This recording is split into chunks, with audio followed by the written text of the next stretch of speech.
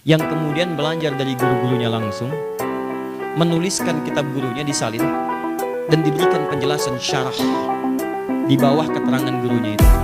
Ini yang saya pegang. Ini adalah syarah dari kitab yang sangat fenomenal, tersebar luas di Nusantara.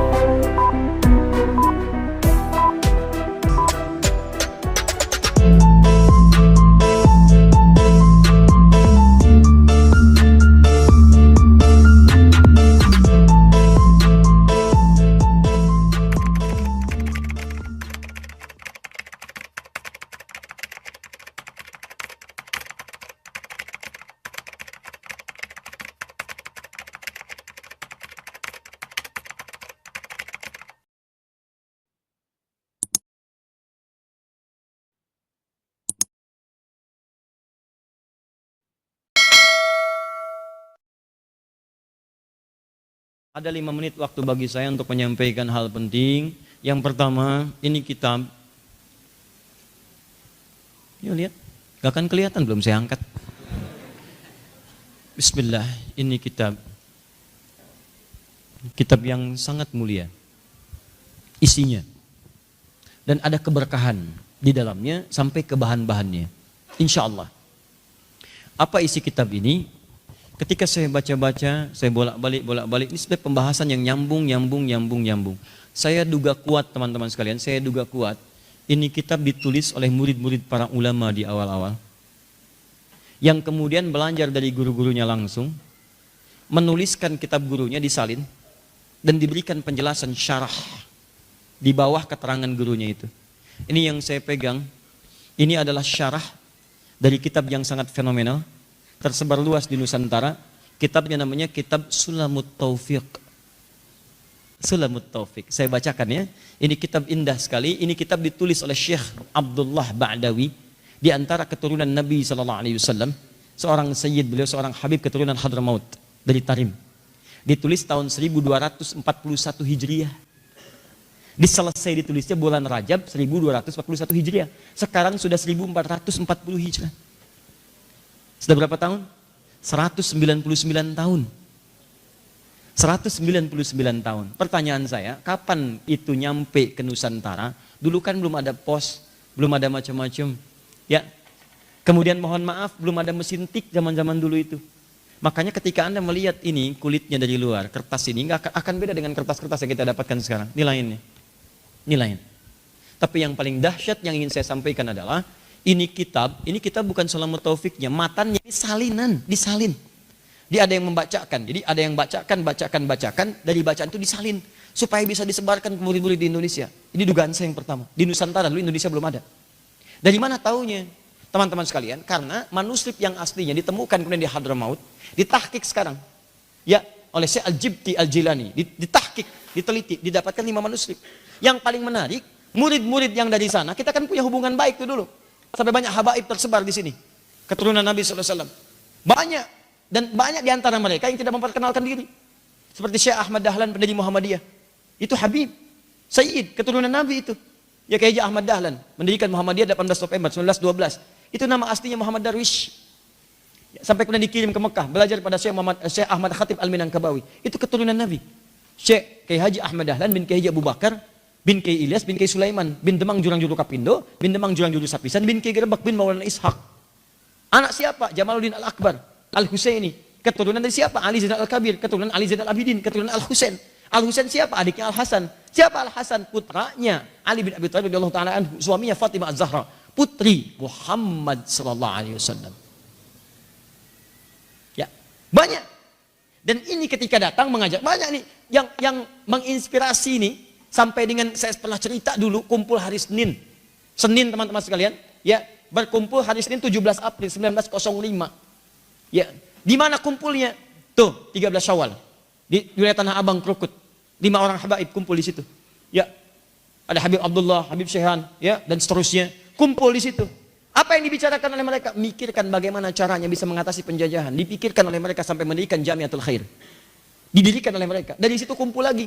Ya 6 tahun setelahnya. Siapa yang kumpul? Syekh Ahmad Dahlan kumpul, yang dari Solo kumpul, dari Surabaya kumpul dibicarakan. Yang dulunya hampir ratusan tahun belum tercapai kemerdekaan, setelah peristiwa itu cuma 34 tahun. Yang dari Solo support dengan kekayaannya, hartanya.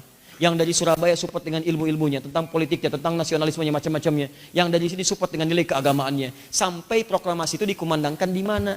Ya, di rumah wakaf seorang bernama siapa? Syekh Faraj bin Marta. Siapa Syekh Faraj bin Marta? Muslim, keturunan Yaman. Cinta dengan Indonesia, diwakafkan rumahnya di Jalan Pegangsaan Timur nomor 56. Cuman di buku sejarah sekarang itu cuman disamarkan Jalan Pegangsaan Timur nomor 56. Jalan Pegangsaan Timur nomor 56. Itu rumah-rumah siapa? Kan ada nomornya. Kalau nggak ada nomornya di jalan, mana ada proklamasi di jalan? Ada nomor siapa? Al Ihsan. Alamatnya blok sekian, nomor sekian. Tahu. Kalau nggak ada nomornya cuma di jalan Jinggamas. Panjang nih, panjang. Jelas ya? Nah ini saya duga kuat ada murid-murid dari sana, Hadramaut, datang ke Nusantara, mendiktekan ini, kemudian ditulis oleh muridnya di sini. Apa buktinya? Buktinya ini ganda nih. Dari kitab yang saya terima lebih daripada 10. Di 10 kitab ini isinya ada yang mirip-mirip dan tulisannya ada yang beda, khatnya. Ya ada khatnya yang naskhi, ada khatnya rok'ah, beda-beda.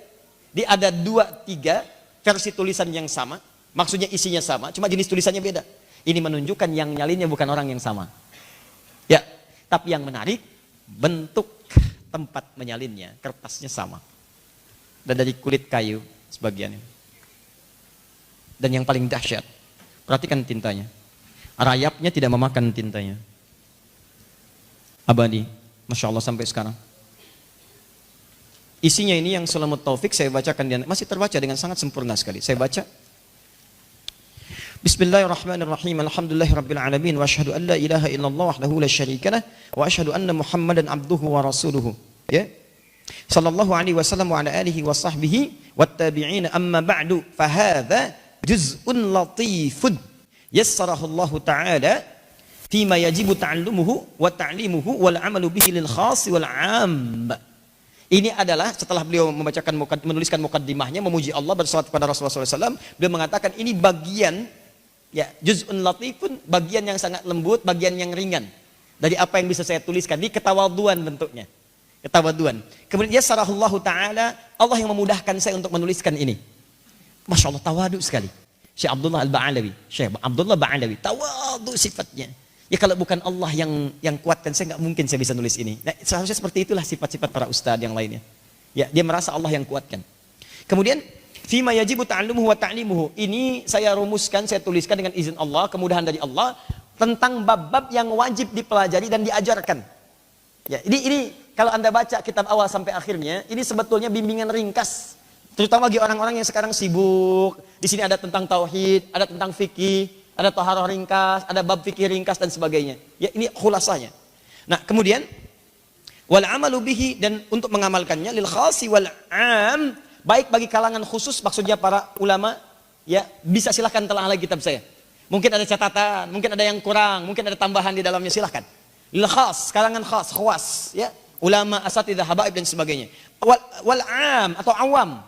Maksudnya kalau khas Anda pelajari itu untuk diajarkan, awam pelajari dari kalangan khas ini. Kalau Anda belum paham, datangi ustaz, datangin kiai, bahas kitab saya ini. Kemudian wal wajib ma wa'adallahu fa'iluhu bitsawab. Ada yang wajib itu, nah ini yang saya katakan, harusnya ada alifnya, ini enggak ada alifnya. Ini berarti disalin nih. Jadi bacakan disalin. Ya, wal wajib, harusnya wajib ditulis alifnya hilang. Wal wajib ini biasa dalam manuskrip biasa. Nanti kadang-kadang ada tahqiq di bawahnya. Ini harusnya ada alif, ini begini, ini ada penjelasan. Ya. Ma wa'adallahu fa'ilahu bitsawab wa tawa'ada tarikahu bil iqab. Ya, beliau menjelaskan pertama, sedangkan wajib itu kata beliau, lihat, kata beliau, isi kitab ini berupa kewajiban. Anda harus pelajari karena ini wajib untuk kita. Sedangkan wajib itu kalau dikerjakan dapat pahala, kalau ditinggalkan dapat dosa. Apa artinya kata beliau ini? Saking pentingnya kitab saya ini, Anda jangan tinggalkan karena di sini banyak berupa kewajiban. Saya khawatir kalau Anda nggak kerjakan, Anda disiksa oleh Allah. Tapi kalau Anda kerjakan dapat pahala. Saya nulis kitab ini karena sayang dengan Anda. Kalau saya nggak sayang dengan Anda, nggak akan saya tulis. Saya takut Anda kena azab Allah. Saya takut Anda kena hukuman Allah. Karena itu ini saya tuliskan sebagai cinta saya kepada Anda. Tawadu. Maka kemudian wasammaituhu, maka saya beri nama kitab ini Sulamat Taufiq ila mahabbatillahi ala tahqiq. Masya Allah. Jalan-jalan untuk mendapatkan, atau tangga sekarang sulam itu ya, tangga, tahapan-tahapan untuk mendapatkan pertolongan Allah sehingga bisa meraih cintanya yang hakiki. Seakan-akan beliau ingin mengatakan kalau Anda ingin mendapatkan cinta Allah, disayang oleh Allah, diberikan banyak pahala, maka saya tuliskan rumus-rumusnya, inilah tahapan-tahapannya. Baca kitab saya ini, maka insya Allah Anda diberikan taufik, bimbingkan oleh Allah untuk mendapatkan cintanya yang sejati. Sulamut taufik ila mahabbatillahi ala tahqiq. Teman-teman, sekarang kitab ini terjemahannya sudah banyak menyebar. Tapi tidak banyak orang tahu siapa murid pertama di Nusantara yang menuliskan kitab ini. Inilah ada rekamannya. Di kalangan orang-orang pertama yang menuliskannya dan ada syarahnya. Dan syarah ini disebarkan saya yakin di tanah Jawa ini. Karena ini bawahnya bahasa Jawa. Bahasa Jawa bawahnya. Ya, Jawa yang dituliskan dengan huruf Arab. Dulu Belanda itu sengaja kemudian melarang bahasa-bahasa Melayu. Ya, karena bahasa Indonesia belum ada. Melayu dilarang digunakan sebagai bahasa resmi untuk terjemahan kitab supaya orang Indonesia itu atau orang Nusantara dulu nggak pandai, nggak ngerti tentang persoalan-persoalan yang ada. Maka hanya boleh diterangkan dalam bahasa lokal atau bahasa Arab. Makanya nanti sebagian kitab yang saya dapatkan itu nanti ada syarahnya dalam bahasa Arab. Bukan hanya satu kitab ini, tapi banyak beragam kitab. Ya, sekarang saya akan coba cari waktu siapa, saya ingin coba diungkap siapa yang menulis kitab ini. Kalau ditemukan, kita akan menemukan guru-guru awal kita, pendahulu kita, yang kita akan tahu bagaimana cara mereka berjuang. Yang paling menarik, kok bisa mereka menemukan tinta yang bertahan sampai dengan sekarang. Ini bertahan nih, tintanya bertahan. Kalau 199 tahun yang lalu itu diajarkan, kemudian dibawa ke Nusantara pada saat itu misalnya, 1323 aja, itu pertemuan perkumpulan yang di Tanah Abang Krukut itu. 1241 beres kitab ini ditulis bulan Rajab. Kalau pada saat itu taruhlah kemudian 50 tahun setelahnya datang ke Nusantara ke sini, berarti paling minimal usia ini kurang lebih 100 tahun lebih lah, 150 tahunan. Tintanya abadi sampai sekarang. Apa amalan orang-orang ini yang saat menulis itu tintanya diabadikan oleh Allah? Itu yang coba kita gali, mudah-mudahan kita dapatkan hikmah di balik itu, yang insya Allah mudah-mudahan amal kita pun abadi sampai kembali kepada Allah Subhanahu wa ta'ala.